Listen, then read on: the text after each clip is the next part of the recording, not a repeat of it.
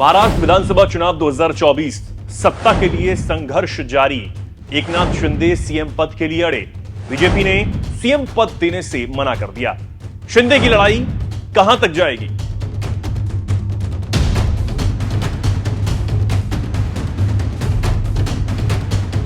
नमस्कार, बहुत स्वागत है आप सभी का। मैं हूं आपके साथ चेतन पाठक और आप देख रहे हैं न्यूज एक्सप्रेस।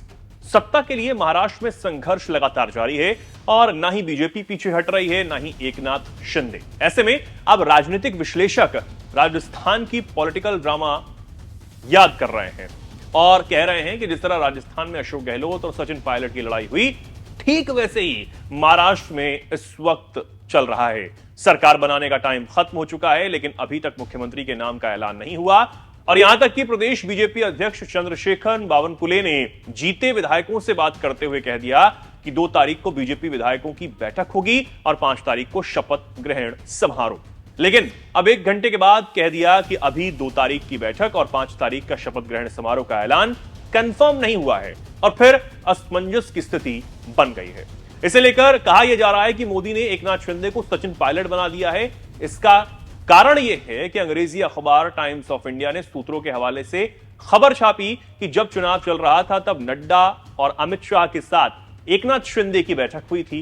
तब कहा गया था कि चुनाव में अगर महायुति जीतती है तो मुख्यमंत्री एकनाथ शिंदे ही बनेंगे और विधानसभा चुनाव एकनाथ शिंदे के नेतृत्व में ही लड़ा जाएगा। और अब यही लड़ाई सामने है। एकनाथ शिंदे बार बार याद दिला रहे हैं कि चुनाव हमारे नेतृत्व में लड़ा गया और जीत मिली तो सीएम दूसरे को बनाएंगे, ऐसा नहीं चलेगा। वहीं इस रस्साकशी को लेकर कुछ लोग बिहार के नीतीश कुमार को भी याद कर रहे हैं और कह रहे हैं कि क्या एकनाथ शिंदे नीतीश कुमार बनेंगे, क्योंकि पलटी मारने में भारतीय राजनीति में नीतीश कुमार से बड़ा कोई भी नहीं है।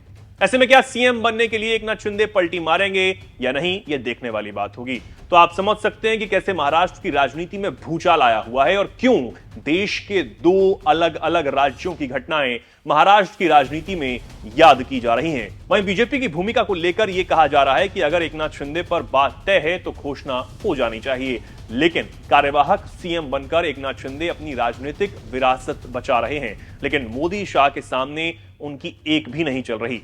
लेकिन एकनाथ शिंदे के रुख से बीजेपी हैरान है और मोदी शाह को समझ नहीं आ रहा कि वो लोग करें तो क्या करें।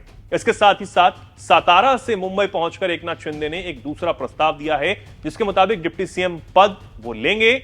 उसके साथ ही साथ जो पिछली सरकार में बीजेपी को गृह मंत्री और तमाम बड़े विभाग मिले थे उसे वापस देना होगा और वो सरकार बनाने को तैयार होंगे, ये कहा जा रहा है। लेकिन सातारा से मुंबई पहुंचकर जो दांव शिंदे ने खेला है उस पर बीजेपी तैयार नहीं है। इससे आप समझ सकते हैं कि कैसे राजनीति हो रही है। देखना होगा कि ये लड़ाई कहां जाके खत्म होती है।